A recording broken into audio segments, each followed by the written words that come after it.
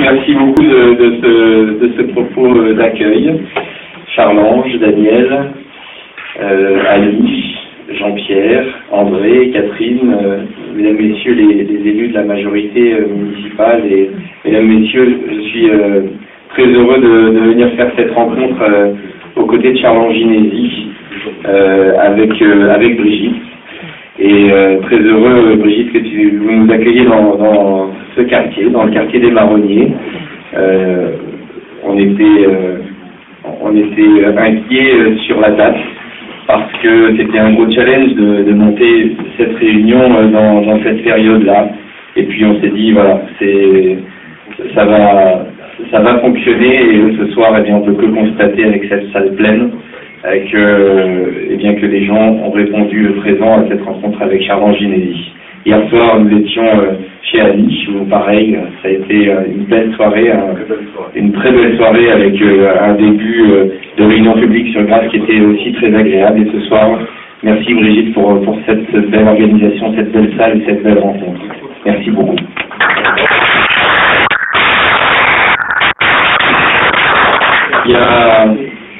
Il y a quelques jours, quelques semaines en arrière, Nice Matin avait fait une petite photo où j'avais l'air un peu triste suite aux élections présidentielles et aux résultats des élections présidentielles. Et c'est vrai que j'ai été très déçu et voilà, triste, même si localement on peut être heureux du résultat grassois. C'était en tout cas une fierté que les Grassois aient reconnu et voté majoritairement et massivement pour Nicolas Sarkozy. Et c'est vrai que j'étais déçu au niveau national parce que il y avait des heureux, il y avait des déçus, je faisais partie plutôt des déçus et voilà, après ce moment, eh bien, ça m'a donné 2 fois plus envie de m'engager de toutes mes forces dans les élections législatives, dans la 9e circonscription aux côtés de Michel Tabarot, où de toutes mes forces, eh bien, je vais accompagner son rendez-vous et son combat pour ces élections législatives. Et puis dans la 2e circonscription aux côtés de Charles-Ange Ginesi, qui sait combien je le soutiens et qui sait l'affection que j'ai pour lui.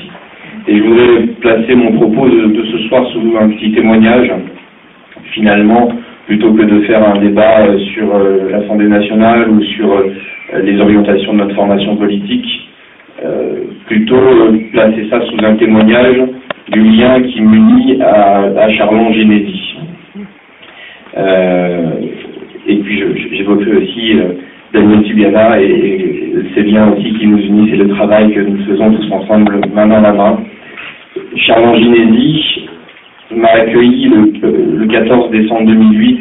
Jean-Pierre Leleu m'a fait, avec l'ensemble de la majorité municipale, l'immense honneur de représenter les Grassois dans ce rendez-vous électoral et de devenir le Benjamin du Conseil général. Et quand je suis rentré dans cette assemblée départementale, eh bien, je dois dire que au milieu de mes aînés, eh bien, Charles-Ange Ginesi s'est distingué en m'accueillant de manière très bienveillante. Et je dois vous dire qu'au début, eh bien, je me suis dit, il va falloir que je prenne des repères, des marques, que je connaisse le fonctionnement en interne. Et Charles-Ange m'a dit, mais écoute, bienvenue et je t'aiderai à faire ces ponts, ces traits d'union avec l'ensemble des services, les dirigeants des services, avec les différents élus, les présidents de commission. Et petit à petit, eh bien, j'ai pris ces marques pour défendre le territoire dans cette assemblée départementale. Je suis devenu, aux côtés d'Éric Pauget, le vice-président sur les différentes dotations sportives et sur la jeunesse. Et donc j'ai appris à animer ces commissions. Et Charles-Ange a été pour moi ce pont, ce trait d'union, et m'a toujours accompagné dans l'ensemble des dossiers qui concernent les Grassois, les associations grassoises, les habitants grassois, les projets généraux d'infrastructures et d'aménagement du territoire sur la commune de Grasse. Et j'en veux pour preuve le travail que nous avons fait auprès des agriculteurs, avec les dotations pour financer les agriculteurs. C'est Charles-Ange Ginesi, en tant que premier vice-président du Conseil général en charge de l'agriculture, qui a accompagné ces projets sur les différents dossiers dont nous avons débattu sur l'extension de la pénétrante et sur tous les dossiers grassois. Et je ne vais pas faire ici la liste du travail du Conseil général parce que vous êtes venu rencontrer le candidat à la députation, mais c'était pour illustrer ce travail, cette présence sur le terrain et cette connaissance des choses et des dossiers. C'est quelque chose qui me semble être fondamental quand on va défendre les intérêts de ce territoire, de connaître les dossiers. Et Charles Ginesi les connaît parfaitement.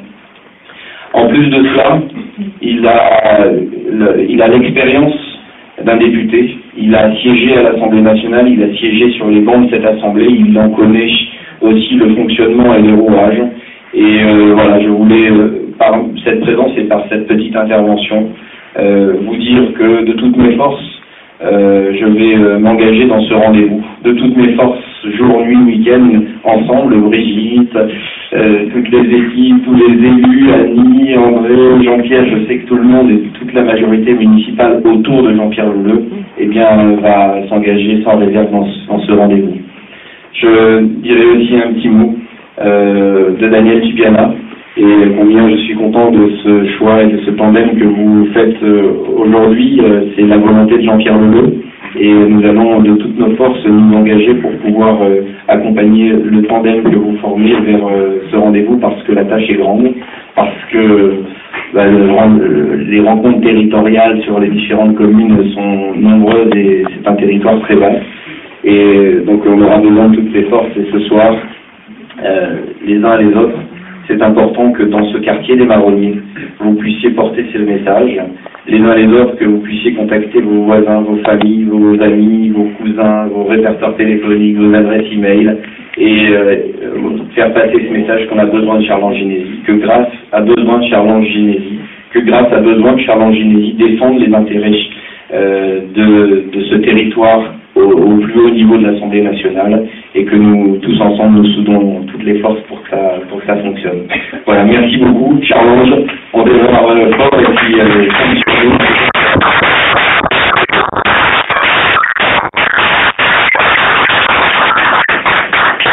Merci Jérôme.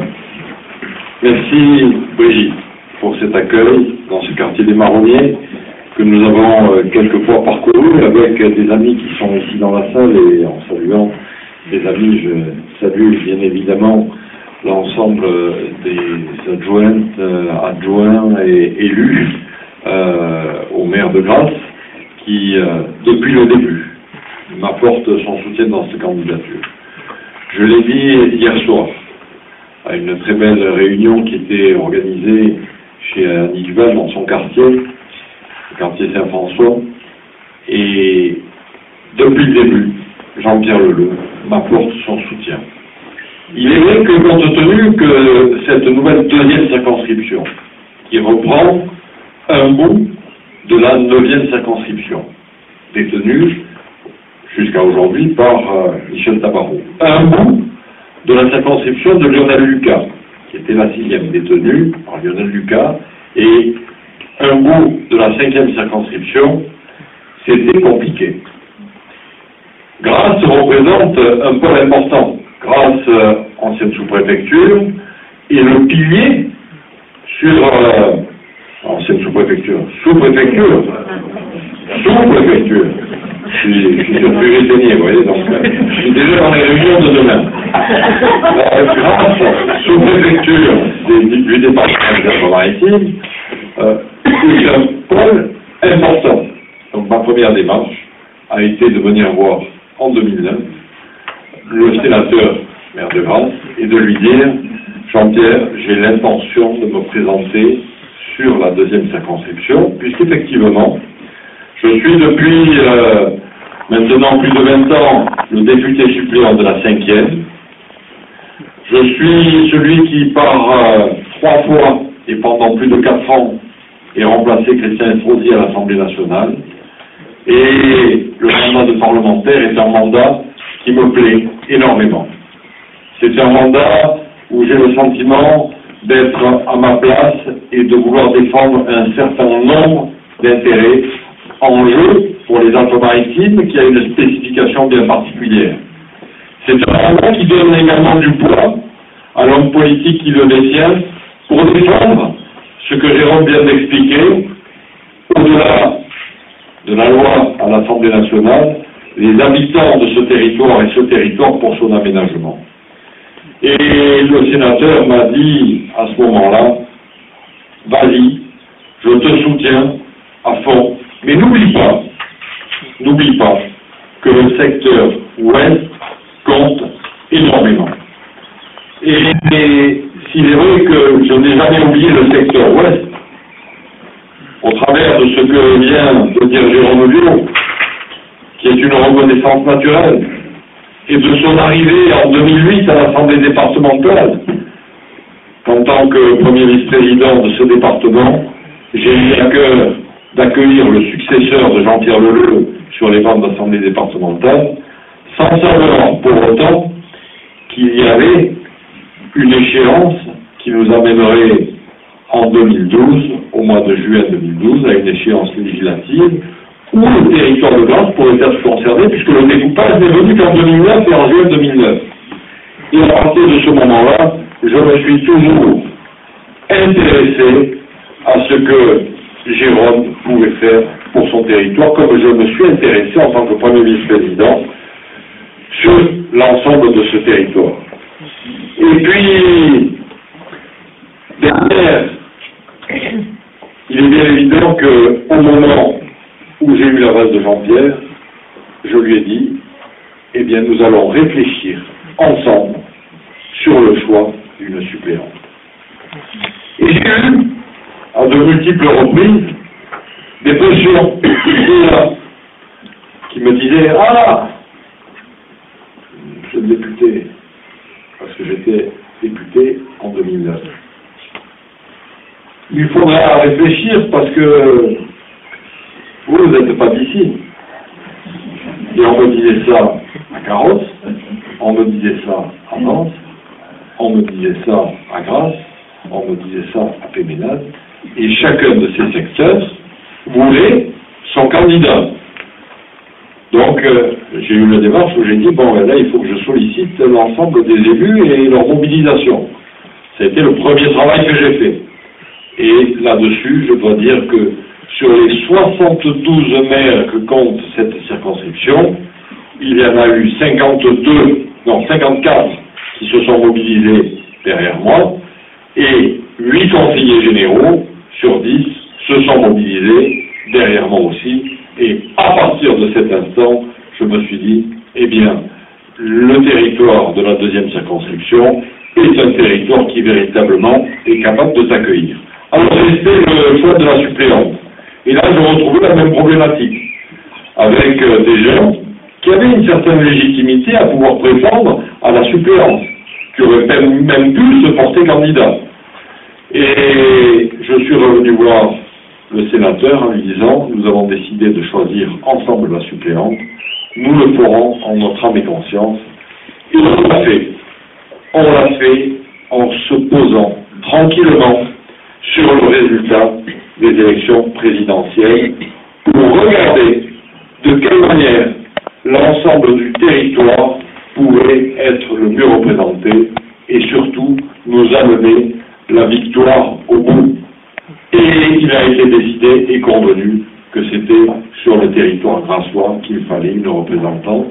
Je veux saluer et faire un petit clin d'œil, comme je l'ai eu fait en différents messages, à Annie Double, qui a été la suppléante de Lionel Lucas, qui n'a pas démérité, qui a fait un travail considérable sur le morceau de la 6e circonscription, et qui, sous le sacro-saint esprit de l'Union, m'a dit, Charles-Ange, je suis avec vous, je m'inclinerai devant le choix que vous ferez, et je veux véritablement, là aussi, que notre équipe gagne, et je les remercie de tout mon cœur, parce que ça prouve que quelque part dans notre camp, il y a des gens qui savent trancher, qui savent prendre leurs responsabilités. En saluant un petit clin d'œil Philippe Tabarot, qui a pris cette décision aujourd'hui, alors qu'il était poussé, lui aussi par toutes ses équipes, par son territoire, par son équipe de campagne, il faut partir. Et qui vient d'annoncer qu'il ne partirait pas contre Bernard Brochon pour assurer l'union. L'union me paraît essentielle en ces temps perturbés.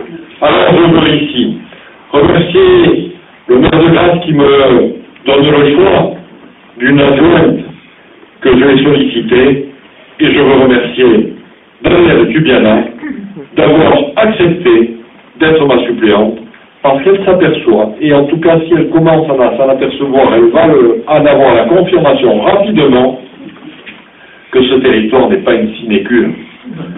Mais je sais son engagement, je sais que c'est une femme de conviction, je sais que c'est une femme de terrain, je sais que c'est une femme qui a de l'expérience dans le domaine du social, je sais que c'est une femme qui a de l'expérience dans le domaine de la santé, et je suis certain qu'ensemble, au-delà de cet équilibre territorial, il y aura avec elle un bon complément sur le plan de l'action parlementaire. Et avant que je reprenne le micro pour vous expliquer un petit peu le reste de mon programme, je lui demande de vous dire quelques mots.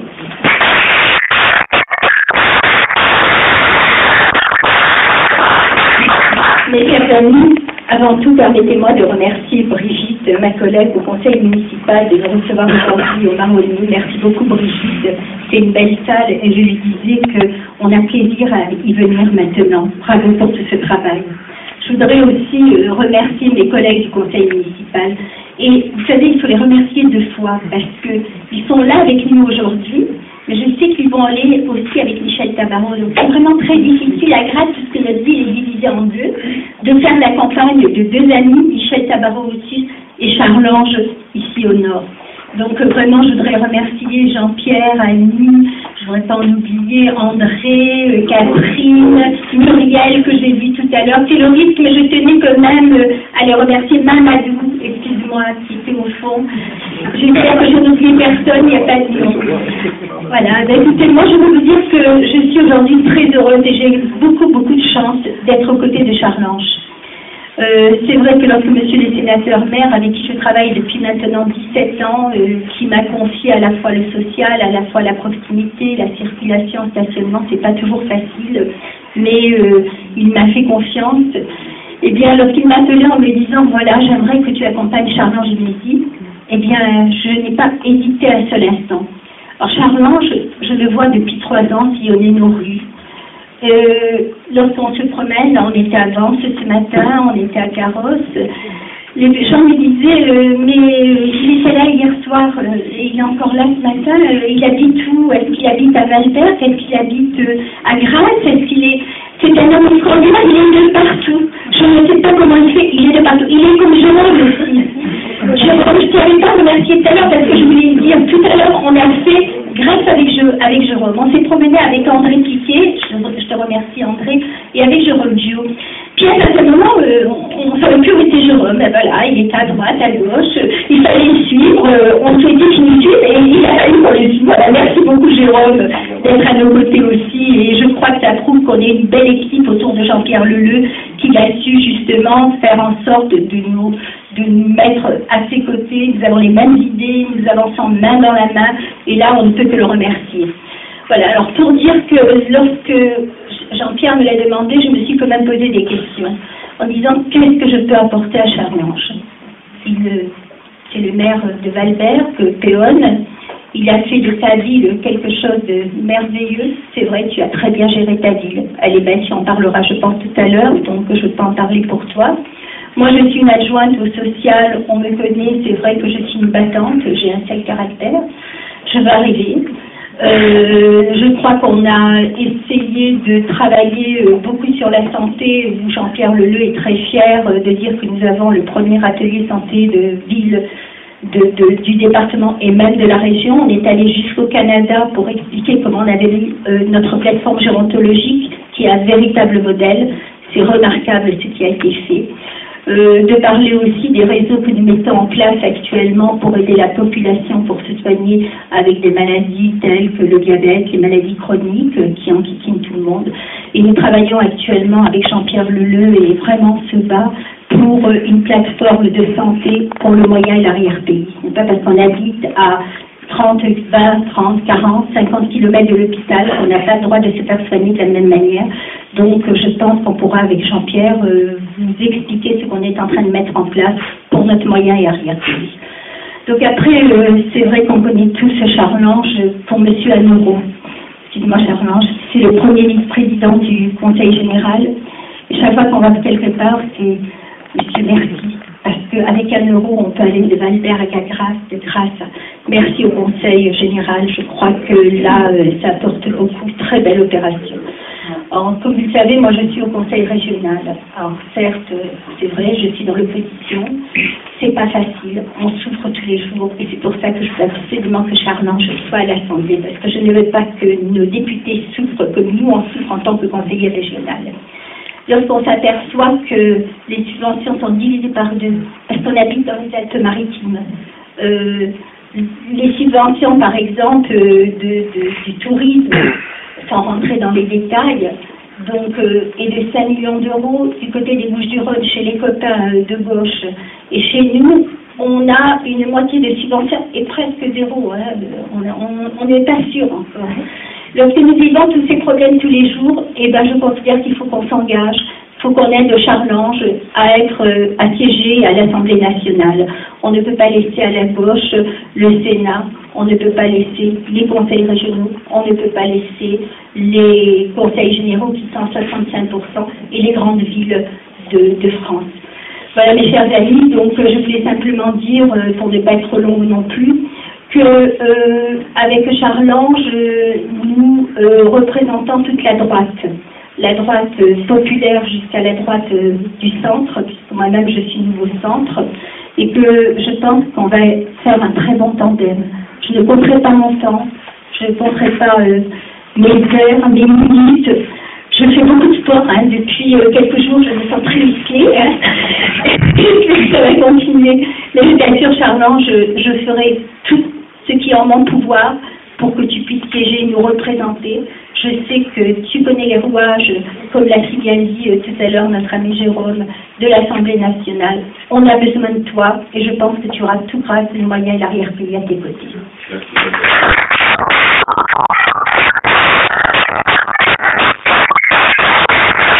Merci Daniel de ces encouragements, de ces propos d'engagement, de ces propos qui font que nous savons que derrière tu seras sur le territoire un peu partout, et c'est vrai que ce n'est pas facile d'assurer une présence partout. D'ailleurs, c'est pour cette raison que nous avons ouvert une permanence Place aux Ailes qui véritablement aujourd'hui mobilise et est ouverte tous les jours quasiment avec des volontaires, avec des bénévoles qui viennent nous apporter leur soutien chaque jour un peu plus. C'est ainsi que nous avons ouvert la permanence de Vence, que nous allons certainement avoir un point de chute sur Carrosse, et il y aura là, avec ces 3 permanences, 3 points de chute qui permettront de donner satisfaction et qui seront un point de contact pour l'ensemble de ces 100 000 habitants, puisque c'est le nombre d'habitants qui compose cette circonscription. Une circonscription qui est nouvelle, qui est recomposée avec des territoires qui peut-être n'avaient pas grand-chose à voir au départ, mais dont j'espère pouvoir dire d'ici quelques temps, d'ici quelques mois, peut-être un an ou 2, que nous avons réussi à faire des passerelles qui permettront d'établir des liens économiques entre la vallée du Var, le pays grinçois, qui ne connaît pas la vallée du Var, le parc naturel régional, qui est en cours de création, d'ailleurs qui est créé maintenant, et qui ne connaît pas le parc national du Mercantour, le parc national du Mercantour qui ne connaît pas ce pays grinçois, le pays grinçois qui a un poil à parfum assez extraordinaire, qui est à mon sens trop connu du reste du département, et puis le devenir de cette belle vallée de la Siagne qu'il faut aujourd'hui prendre plus qu'en considération, parce que c'est bien le développement de la Siagne, avec 160 000 habitants sur la 9e circonscription, qui a rendu nécessaire le rééquilibrage des circonscriptions dans les Alpes-Maritimes. Nous n'avions pas malheureusement le chiffre qui nous aurait permis d'obtenir une 10e circonscription. Ça aurait permis d'avoir des circonscriptions peut-être un peu moins grandes, mais en même temps, si nous n'avons pas eu cette possibilité-là, eh bien, on est arrivé à trouver un modus vivendi pour faire un nouveau territoire que nous découvrons avec bonheur, en tout cas pour ma part, chaque jour, avec un plaisir nouveau que de rencontrer des populations nouvelles, des entreprises qui ont la volonté de se développer et d'aller plus loin. Et là, je touche et je rentre dans le cœur de mes préoccupations. Si je souhaite être député à l'Assemblée nationale, si je sollicite vos suffrages, c'est pas pour faire du tourisme électoral, c'est parce que ma maire est située dans le canton de Guyenne, qui s'additionne au canton de Puget, au canton de Villars, au canton de Roquestéron, qui, en définitive, représente un vaste territoire dont j'ai eu la responsabilité en tant que parlementaire et où j'exerce aujourd'hui des responsabilités. Je ne fais pas du tourisme électoral. Il ne me serait pas venu à l'idée d'aller me présenter sur un autre territoire. Vous avez compris que je fais un petit clin d'œil à un homme que je respecte, mais dont je me demande pourquoi il est venu faire son combat électoral sur la 2, alors que son territoire naturel est la 9e circonscription, sur laquelle il s'est toujours présenté, peut-être avait-il peur de prendre un nouvel échec, mais quand on est maire de Montsartou et que Montsartou se trouve dans la 9e circonscription, je ne vois pas comment on vient faire et on prend un virage dans la nouvelle 2e circonscription. Bon, une fois que cela est dit, je ne fais pas non plus un leitmotiv sur des choses qui sont passées. Pour moi, le passé est passé. J'ai envie de travailler sur l'avenir. J'ai envie de vous dire et de vous expliquer que les problèmes, dans ces moments difficiles, sont devant nous. Curieusement, le président de la République nouvellement élu, là aussi, je respecte le suffrage universel, mais curieusement, il prend conscience que la situation est difficile. Le gouvernement nouvellement composé commence à nous dire « Ah, mais ça va turbuler dans les mois et dans les jours qui viennent. » Et attendez, nous, quand on a été en campagne et quand Nicolas Sarkozy a été en campagne pendant des mois, on a expliqué que si le programme de Nicolas Sarkozy, ce qu'il avait promis, n'a pas pu être mis en place dans sa totalité par le gouvernement Fillon, c'est parce qu'il a été empêché en 2008 par la crise des subprimes, il a été élu en 2007. En 2007, il a engagé un processus de réforme sans de l'autre pareil. Ça a été la réforme des droits d'héritage, des droits de succession, des droits de transmission qui ont été allégés. Ça a été un certain nombre de réformes rapidement mises en place. 2008 est arrivé, les difficultés financières et la crise économique qui s'en est suivie en 2009, en 2010 et en 2011. On s'est retrouvé sur un discours qui n'a pas été audible. Et Nicolas Sarkozy a eu beaucoup de mal à expliquer pourquoi il n'avait pas pu faire les choses en raison de cette crise économique. Là-dessus, je trouve que nous avons été injustes. Quand je dis nous, c'est le peuple français, parce qu'il y a eu un homme qui a dépensé sans compter son énergie pour essayer de mettre les compteurs à zéro, de rétablir l'équilibre, de relancer la machine économique, de faire en sorte que la voix de la France soit et parle pleinement et hautement, alors que Jérôme Buot s'en va retenu par d'autres obligations.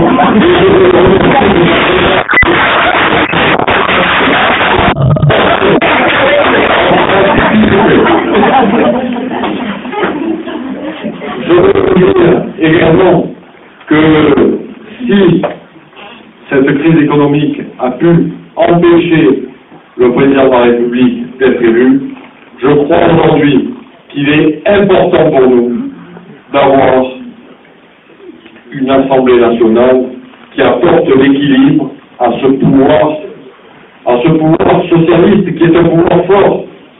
Les socialistes détiennent un certain nombre de mairies, de grandes villes en France. Les socialistes détiennent plus de 65% des conseils généraux en France. Les socialistes détiennent 95% des régions en France. Les socialistes détiennent le Sénat et les socialistes détiennent la présidence de la République.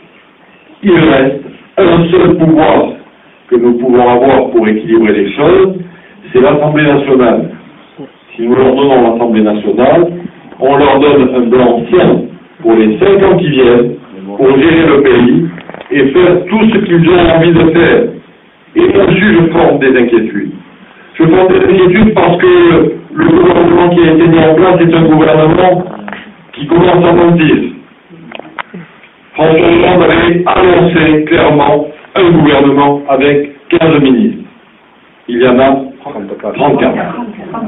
François Hollande a dit le gouvernement coûtera moins cher à la France. Son gouvernement coûte plus cher que le premier gouvernement Fillon. 70 000 euros par mois, me dit-on. J'irai le vérifier, mais je suis certain que le chiffre qui m'est donné a été vérifié. Il y a des économies qui n'en sont pas, et puis je vais vous dire, du fond de mes convictions, ce ne sont pas des économies qui sont importantes à mes yeux. Parce que c'est pas ces dépenses-là qui font aller la France de travers. Ce qui fait aller la France de travers, c'est quand nos grandes multinationales, contre lesquelles on a vu, à l'époque, notre ministre de l'Industrie, qui est dans les Alpes-Maritimes, qui était Christian Estrosi, qui s'est battu pour que Total n'échappe pas à l'impôt en France, qui s'est battu pour que les dividendes de Total ne soient pas reversés de façon indue à l'étranger. Et cette bagarre-là, j'ai envie de voir qu'on continue à la mener. Je ne suis pas certain que le nouveau gouvernement soit dans cet axe-là. En tout cas, si le nouveau gouvernement compte 34 ministres, il n'en compte pas dans la région PACA. Et j'ai plutôt le sentiment de frustration, parce que le département des Alpes-Maritimes, qui compte 1 million d'habitants, la région Provence-Alpes-Côte qui compte comme l'une des régions les plus importantes de France, n'est pas représentée dans ce gouvernement. Je trouve cela dommageable. Et puis, je vous parlais tout à l'heure des droits de succession. Je ne veux pas, parce que je trouve qu'il est logique que lorsque une famille a économisé toute sa vie pour épargner, pour s'acheter un appartement, pour s'acheter un bien, pour s'acheter une entreprise, qu'elle ne puisse pas transmettre avec des droits allégés cette entreprise aux enfants. Il me paraît évident que la règle économique rétablit l'équilibre et qu'il n'est nul besoin que le législateur légifère là-dessus. On sait tous que lorsqu'il y a une génération qui travaille, qui épargne, la deuxième génération arrive à peu près à conserver le bien, et la troisième génération, lorsqu'elle n'est pas formée et qu'elle n'a pas envie et qu'elle ne met pas le même investissement de travail et qu'elle ne met pas la même conviction pour conserver ce bien retourne régulièrement dans la société parce que les choses sont faites ainsi. Alors, de grâce, épargnons ceux qui ont envie de donner à leurs enfants sur des transmissions directes ce qu'ils peuvent faire et ce qu'ils ont acquis par le fruit de leur travail, un travail qui, à mes yeux aujourd'hui, doit être revalorisé. Le travail est un tout. On l'a divisé. Martine Aubry l'a divisé en faisant les 35 heures. Pour moi, il n'est pas question de remettre les 35 heures en question. C'est acquis. On en a payé le prix, c'est fait. Mais par contre, je considère que le travail étant un tout indivisible, quand on n'a pas fini sa tâche, pour la plupart d'entre vous, vous le savez bien, pour finir la mission qui est la nôtre, pour finir la tâche et le travail auquel on s'est attelé, eh bien, s'il faut travailler 1 heure de plus, on le fait. S'il faut travailler 1 heure de plus le lendemain matin, un peu plus tôt, on le fait. Il n'y a pas là-dessus de limite. J'ai rencontré cet après-midi, nous avons rencontré cet après-midi avec Daniel, une dame qui nous a dit, alors qu'elle en bave un peu parce que la difficulté économique est là, elle tient un magasin d'esthéticienne et qui nous disait, vous voyez, les 2 jeunes filles que j'ai là, heureusement que je les ai, parce que depuis que je les ai, je peux tenir mon magasin debout parce qu'elles ne comptent pas leurs heures, parce qu'elles ne sont pas là pour nous dire il faut que je m'en aille parce que c'est l'heure que je m'en aille. Non, elles tiennent debout parce qu'elles ont le sentiment que d'aider le salon dans lequel elles travaillent, eh bien, c'est de leur devoir et c'est leur emploi. J'ai dit que ce que le gouvernement Thiers a mis en place sur l'allègement des charges fiscales, que je trouve démesuré aujourd'hui. Chaque fois que je rencontre un artisan, chaque fois que je rencontre un chef d'entreprise, une PME, ils me disent « Nous sommes écrasés par les charges. Nous ne pouvons pas embaucher parce que si nous embauchons, nous n'avons pas les moyens de payer des charges, que ce soit l'URSSAF, que ce soit le chômage, que ce soit les caisses de retraite complémentaires. Nous n'avons plus cette possibilité-là. Et petit à petit, on voit bien que les choses régressent. On voit bien que la croissance est en train de se casser parce que l'impôt tue l'impôt et qu'il faut vraiment alléger l'impôt sur les Français, quel qu'il soit, que ce soit l'impôt indirect ou que ce soit l'impôt direct. Sur les charges sociales, je pense qu'on ne doit pas laisser les gens dans la difficulté. Il ne peut pas être question de laisser les gens dans la difficulté. Tout le monde peut aujourd'hui avoir un coup dur, être au chômage, avoir une difficulté de la vie, avoir quelqu'un malade chez soi qu'il faille abandonner son travail pour aller l'accompagner. Mais dans ce cas-là, la solidarité qui s'exprime va s'exprimer le temps où la difficulté est là et ne doit pas s'installer de façon permanente avec un caractère permanent qui fait que nous ne sommes plus dans une mission d'assistance, mais dans de l'assistanat qui conduit à des dérives, qui conduit à avoir des charges consommées de façon importante, qui conduit à avoir de façon abusive le bénéfice de diverses allocations. Avec le Conseil général des Alpes-Maritimes et le président Eric Ciotti, on a lancé un contrôle sur le RSA. Vous avez pu voir dans la presse hier ou d'aujourd'hui, je ne me souviens plus, le temps passe tellement vite, je crois que c'est d'hier, que nous avons, sur la première étape, récupéré 600 000 € de subventions d'aide de RSA accordées de façon illégale et qu'il y a encore de la méprise et des économies à faire. Donc on voit bien que tout ce qui est donné ici et là pour pouvoir apporter des aides diverses et variées, il faut en apporter la maîtrise parce qu'on ne peut pas continuer à avoir ces charges qui écrasent nos entreprises. Et sur le plan individuel, c'est pareil. Quand je parlais tout à l'heure des grandes multinationales dont il faut pouvoir récupérer le fruit de la richesse sur notre territoire, il ne faut pas qu'on participe à mettre des impôts qui délocalisent les entreprises, qui délocalisent les fortunes, qui délocalisent les richesses françaises. Nous devons garder sur notre territoire national toutes ces richesses-là. Eh bien, ce n'est pas en écrasant d'impôts ces richesses qu'on réglera notre problème. Au contraire, tous ceux qui ont un peu de pouvoir, tous ceux qui ont un peu d'avoir, ont les capacités de se payer des conseillers financiers et ont la capacité à foutre le camp de la France.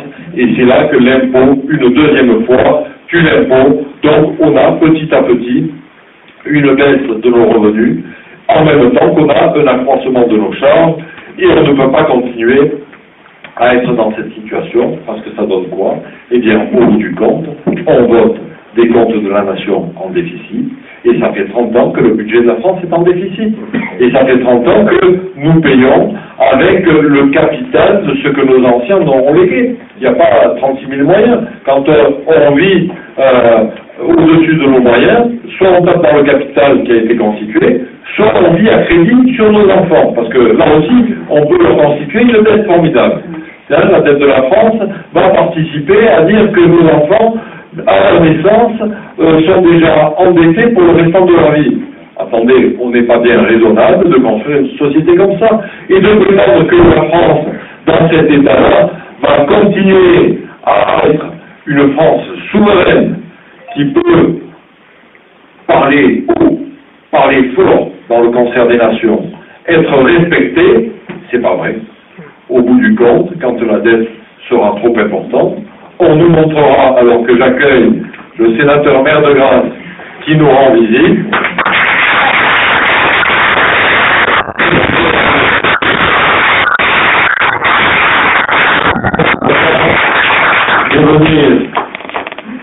je ne m'attendais pas à te voir. Non, mais tu ne me pas. Je vais reprendre. Tu as bien fait de rentrer parce que je suis vraiment avec une salle qui est remplie d'amis. Ça va, Jean-Pierre. Et tu feras la conclusion de la réunion puisque tu n'as pas pu faire l'introduction. et ce sera le bienvenu. Mais je suis en train de dire qu'on ne peut pas continuer à avoir une dette qui s'installe et qui fait la perte de la souveraineté française. On ne peut pas continuer à avoir ce qui est intolérable à mes yeux. Parce que, au-delà de la souveraineté, on voit que nous créons des dettes. Au-delà de cette situation, on voit bien qu'on n'est plus capable de conduire non plus de grands chantiers. On voit bien qu'on s'endette pour faire des coûts de fonctionnement. On voit bien qu'on s'endette pour payer du fonctionnement et non pas des grands investissements qui pourraient relancer la machine économique. Donc, croire aux grands chantiers qui ont relancé les grandes périodes de la France, j'y crois beaucoup. Et je pense que le gouvernement,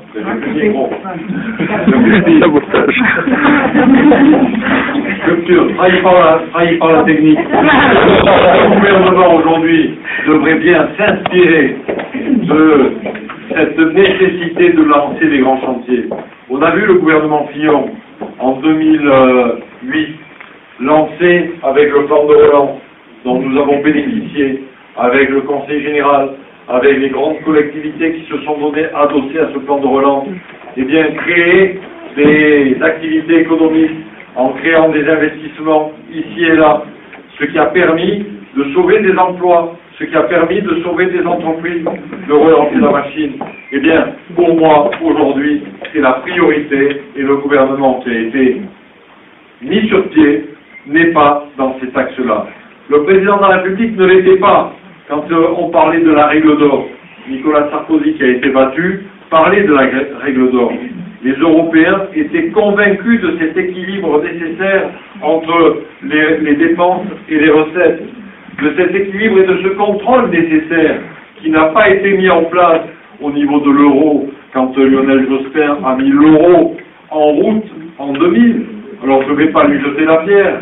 Quand on met une nouvelle monnaie européenne en route, allez, il peut y avoir des ajustements. Ce que je reproche, c'est que depuis, les gouvernements socialistes ou les gouvernements de droite n'aient pas jugé bon de mettre un système de contrôle de la monnaie européenne qui fluctue au gré des parités et qui derrière se retrouve surévalué et fait dire à certaines de nos entreprises exportatrices, eh bien, nous sommes concurrencés, ce qui fait qu'il y a une double concurrence.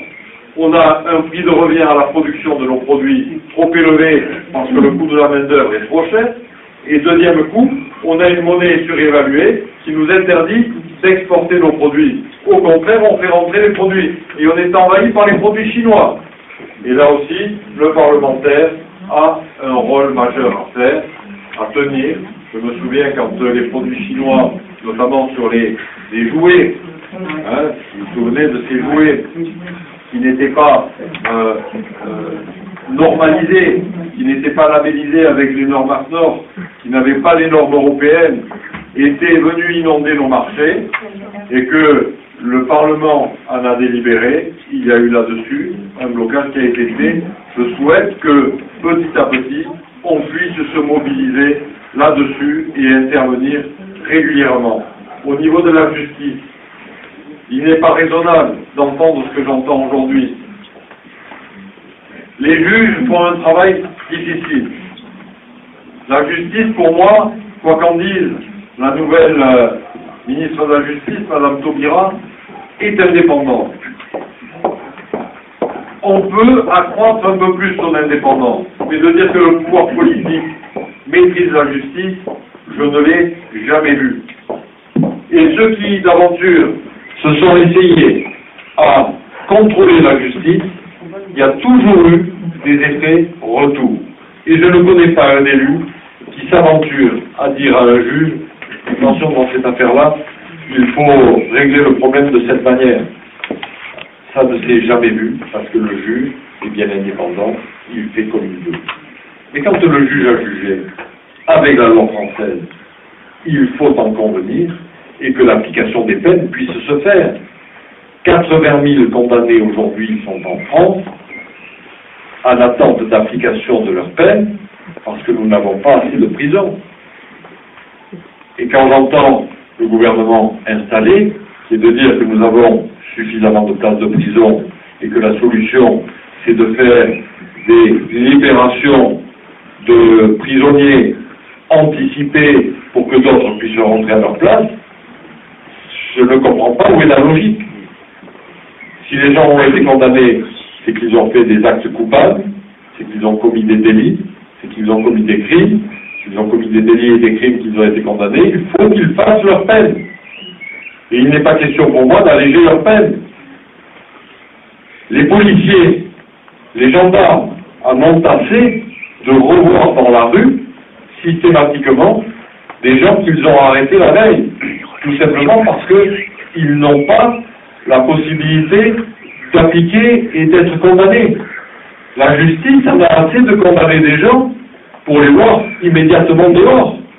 Donc on a un système qui petit à petit se dégrade, tout simplement parce que nous n'avons plus la rigueur qui s'impose à l'application de nos lois.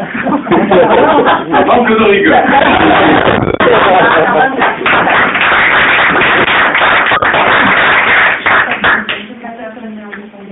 Il y a un faux contact. Bon, on tape dessus? Elle est neuve. Elle est neuve. Bon, c'est pas grave. On va faire ça. Donc, je me dis que là-dessus, il y a un vrai travail de fond qui est à faire, et ce travail avait été engagé. Il avait été engagé par le gouvernement Fillon, par ses ministres, avec la loi sur la récidive, avec les peines planchées. Tout cela, il est clairement annoncé par le gouvernement socialiste que cela va être remis en cause. C'est-à-dire que des lois qui ont mis des mois à être produites, parce que produire une loi, c'est pas facile. Hein, il faut essayer de trouver un commun accord avec l'ensemble des parlementaires. Mais avant, il faut essayer de trouver la bonne rédaction, il faut essayer de voir comment les choses s'insèrent, comment le débat peut fonctionner. C'est pas facile de tricoter une loi. Aujourd'hui, on va nous la détricoter en 2 coups de cuillère à peau pour ne rien tricoter à côté et nous vendre des choses qui ne rétabliront pas ni l'ordre, ni la sécurité, et qui continueront à démobiliser les gens et à accroître l'inquiétude de tous ceux qui sont victimes de vols, de crimes ou de délits.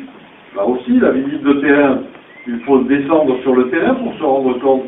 À Carrosse, de quoi nous a-t-on parlé ce matin? Visite d'une auto-école qui nous dit, ben moi j'ai une taux de réussite de 99%.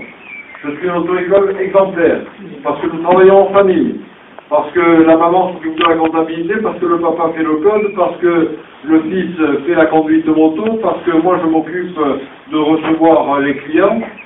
Bon, famille, succès exemplaire. La semaine dernière, on leur a volé 2 voitures. 2 voitures volées.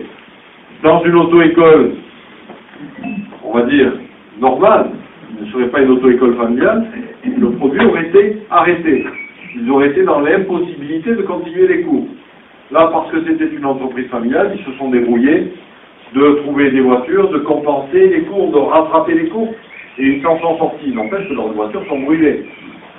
Et même les caméras de surveillance, pour lesquelles je suis très favorable, et qui, à mon sens, donnent des résultats, et bien là, elles auraient été dans l'incapacité d'agir, parce que les gens sont arrivés cagoulés, et ils ont mis le feu, mais visiblement, ce sont des exactions dont il est coutume. Alors, moi je me dis que véritablement, aujourd'hui, on ne peut pas retrouver le laxisme qui nous est proposé.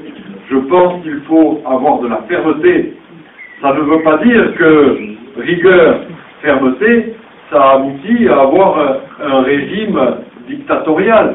Je ne suis pas là pour prêcher pour avoir de la police dans tous les coins. Mais je me dis qu'il faut un minimum de sécurité et qu'il faut retrouver une société française qui soit un petit peu respectée, respectable, parce qu'on ne laisse pas les choses filer. La sécurité, la défense, la justice sont des thèmes qui me paraissent majeurs et être premiers après l'emploi. Mais il y a un thème transversal à tout cela. Il sait que la société ne doit pas continuer à se dégrader, qu'elle ne peut pas continuer à être ce qu'elle est. C'est-à-dire une société où l'éducation nationale ne se fait plus dans des conditions normales. une société où nos instituteurs ne peuvent plus enseigner dans des conditions normales. Parce que dès qu'ils élèvent la voix, dès qu'ils tirent l'oreille à une élève, ça donne lieu à des contestations, ils peuvent se retrouver en procès, parce qu'ils se retrouvent avec des enfants face à eux dont les parents n'ont plus de maîtrise. Mais pourquoi les parents n'ont plus de maîtrise sur leurs enfants? Tout simplement parce qu'eux-mêmes n'ont pas reçu l'éducation qui leur permettrait d'avoir la maîtrise de ce sujet. Et on voit que petit à petit, au lieu de continuer à travailler dans le sens d'une construction et d'une société instruite, éduquée, avec des principes, qui reçoit des leçons d'instruction civique, qui reçoit des leçons de morale, nous nous retrouvons avec une société qui dit on va mieux, on sait mieux compter, oui, avec une machine à calculer, on sait mieux communiquer, oui, avec un SMS, mais on ne sait plus compter, on ne sait plus écrire. Quand on envoie les SMS et qu'on voit la qualité des SMS qui sont envoyés, moi je m'inquiète beaucoup. J'ai une fille, j'ai 3 filles. Il y en a une, elle est sortie des eaux. C'est impeccable. Elle a reçu une éducation, elle s'en sort à peu près. La deuxième, ça a été à peu près convenable. Elle se sort aussi, elle sait lire, écrire, compter. Et la troisième, quand je l'envoie dérailler avec ses SMS, me mettre tout ce qu'elle veut sur Facebook, sur les réseaux sociaux, ses photos, sa vie privée, et je me dis qu'il faut, de façon urgente, qu'on éduque ses enfants.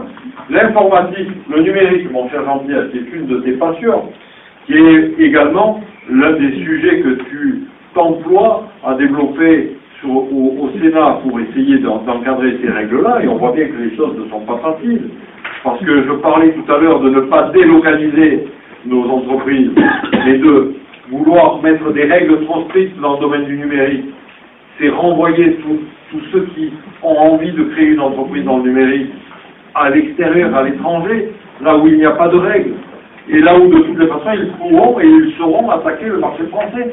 Puisque vu de l'extérieur avec les réseaux, aujourd'hui, on rentre sur le marché français en toute impunité.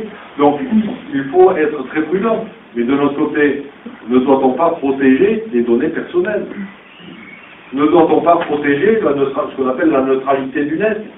Ne doit-on pas protéger le droit à l'oubli? Et on revient à l'éducation.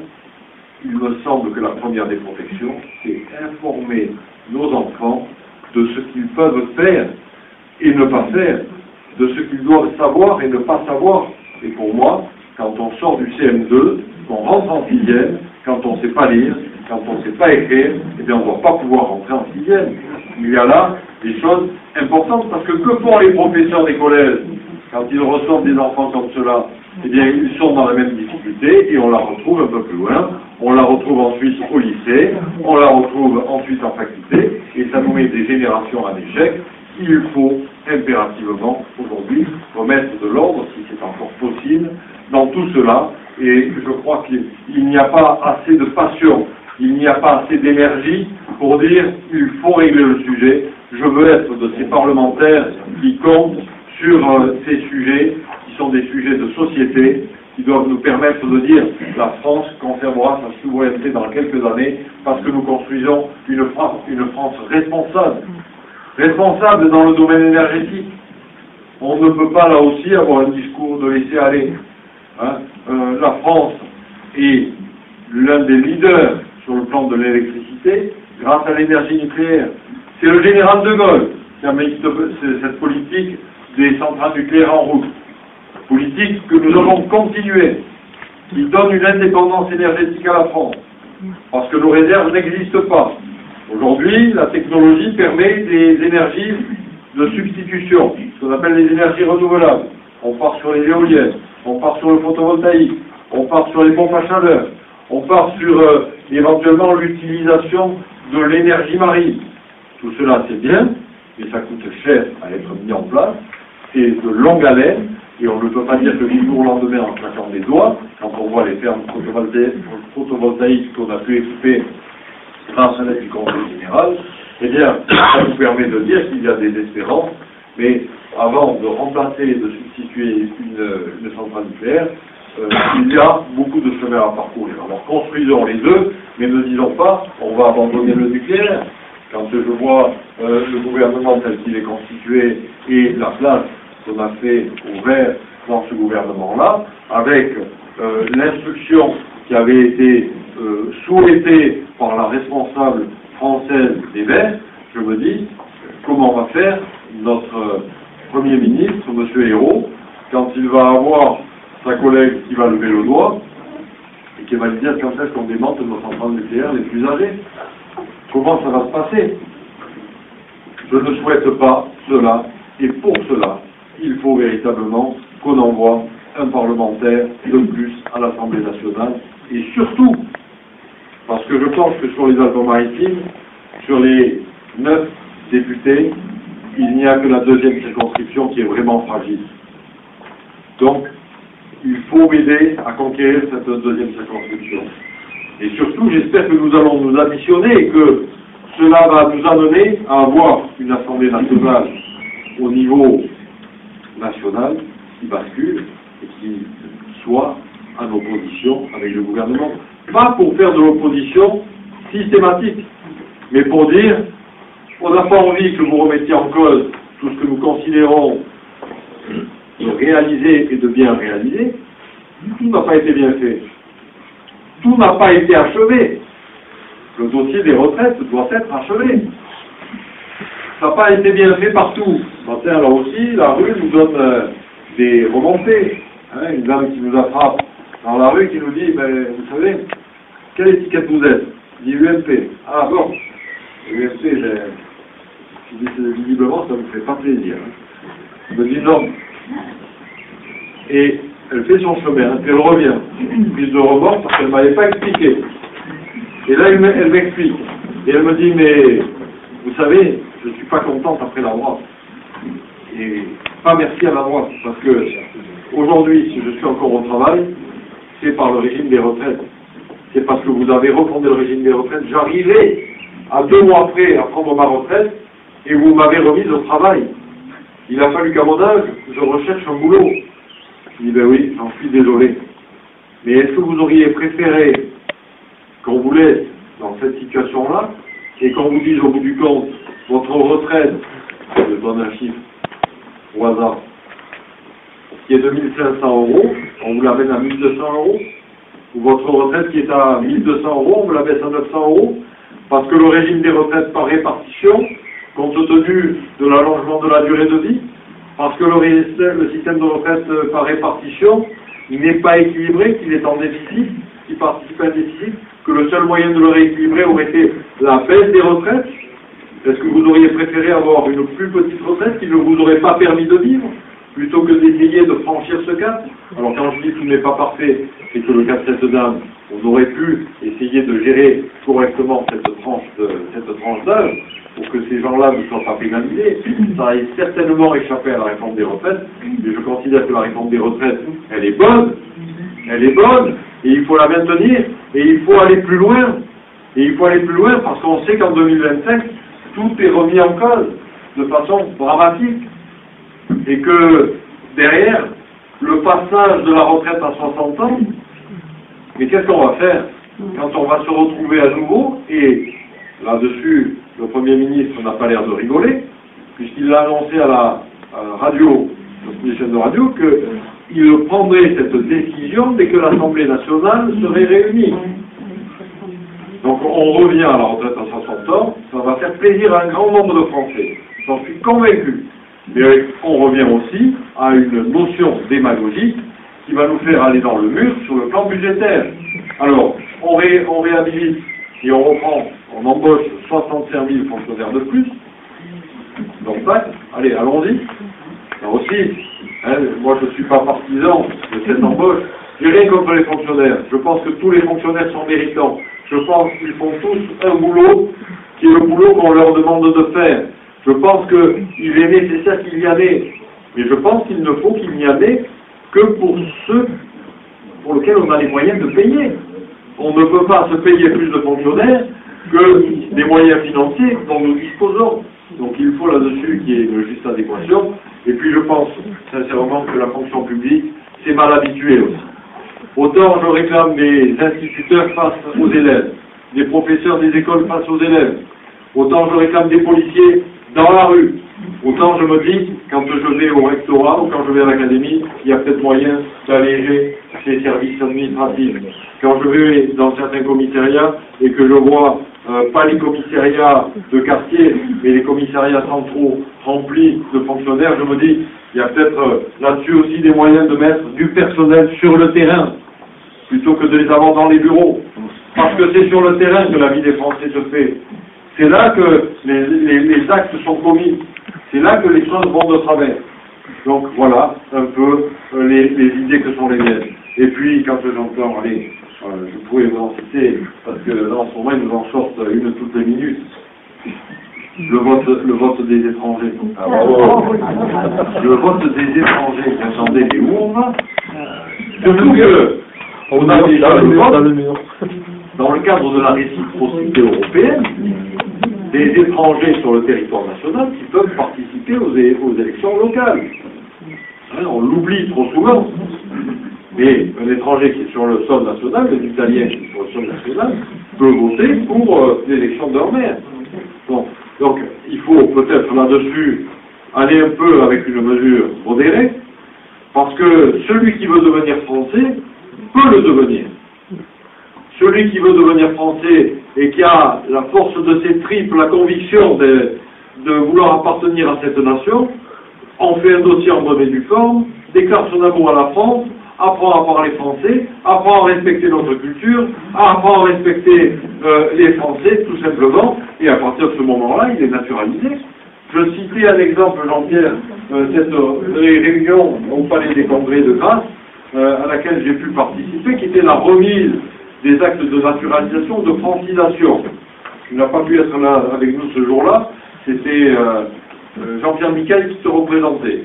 Eh bien, je peux vous dire que nous avons assisté avec Jean-Pierre à des gens qui, le cœur sur la main, étaient là à nous dire « Je suis fier et honoré de ce que la France me reconnaît aujourd'hui comme français. Et je ne trahirai en rien les idées de la France. Je les respecterai. » Donc on voit bien qu'il y a des actes, ça prend un peu de temps. On ne devient pas français comme ça du jour au lendemain non plus en claquant des doigts. Il y a des procédures à respecter. Et on voit bien qu'il y a la possibilité de le faire. Et à partir du moment où on est français, on peut voter français. Donc il y a là-dessus des règles. Sincèrement, moi je n'ai pas envie que la France parte en déliquescence. Et pourtant, je suis un Européen convaincu. Je prétends être un Européen convaincu. Quand j'entends dire l'Europe, il faut la remettre en question, il vous a dit que je pensais sur l'euro, et pourtant l'euro a participé grandement à la perte du pouvoir d'achat. C'est pas parce que l'euro a participé à la perte du pouvoir d'achat qu'il faut le remettre en question, parce que ça serait un deuxième choc en retour, qui ferait à nouveau un coût supplémentaire pour la suppression de l'euro ou la remise en place d'une monnaie nouvelle. Corrigeons ce qu'il y a à corriger. Je suis pour le pays européen, pour l'Europe des 27. Je pense là aussi qu'il y a manière d'avancer. Et Daniel me dit, il faut couper, parce que tu commences à être trop long. Et elle a raison. Mais c'est la passion qui me fait vous parler comme ça. Sincèrement, quand je parle de ces sujets, j'ai vraiment envie que ces choses-là ne se passent pas comme cela. J'ai vraiment envie que ça ne se passe pas comme cela. J'ai vraiment envie d'exercer sur ce territoire, dans le cadre de mes fonctions au Conseil général, et je rappelais hier soir, mais je ne vais pas refaire ce couplet-là, que là aussi, l'action et la solidarité départementale a été faite grâce à l'action des conseillers généraux, et que le département des Alpes-Maritimes, qui appartient aujourd'hui à une grande famille politique, quand j'entends dire il y a des clans dans les Alpes-Maritimes, mais vous rigolez. Dans les Alpes-Maritimes, il y a une équipe qui travaille pour les Alpes-Maritimes. Il y a une équipe en ordre de marche pour les Alpes-Maritimes. Ce que vous avez eu ces dernières années sur 25 millions de projets, c'est plus de 5 millions et demi d'euros de donnés en subvention à Grasse. Ce sont des projets importants. C'est 8 millions et demi réservés pour le funiculaire. La mobilité douce, l'environnement. Je pourrais vous faire un long couplet sur l'environnement. Et je vais couper. Parce que l'environnement, c'est pas l'apanage de M. Astieri ou des Verts. Hein, l'environnement, c'est une notion transversale. Voilà. Allez, je vais m'arrêter. Alors, si vous êtes convaincus par mes propos, par cette envie de faire, vraiment, mobilisons-nous pour que on apporte à cette deuxième circonscription un député qui a envie de monter, défendre les valeurs dont je viens de vous parler. Et croyez-moi, c'est pas fait, c'est pas gagné. Il faut qu'on récupère des amis qui sont allés au Front National, qui partagent nos valeurs. Et le Front National a des valeurs sur lesquelles on peut diverger, par exemple sur l'Europe, mais il y a des valeurs que l'on peut partager. Moi, je ne suis pas là-dessus arc-bouté sur des principes. Récupérons même des mécontents qui n'ont pas voulu aller au Front National parce qu'ils rejettent le Front National et qui sont allés au Front de gauche. Parce que il y a des gens de gauche qui sont allés au Front de gauche, mais il y a des gens de droite qui sont allés au Front de gauche. Pour moi, l'élection présidentielle a été un vote où il y a eu véritablement un vote de mécontentement, un vote de sanction, parce que tout n'a pas été expliqué et expliqué comme il faut. Alors de grâce, j'espère que nous allons retrouver, un jeu de mots,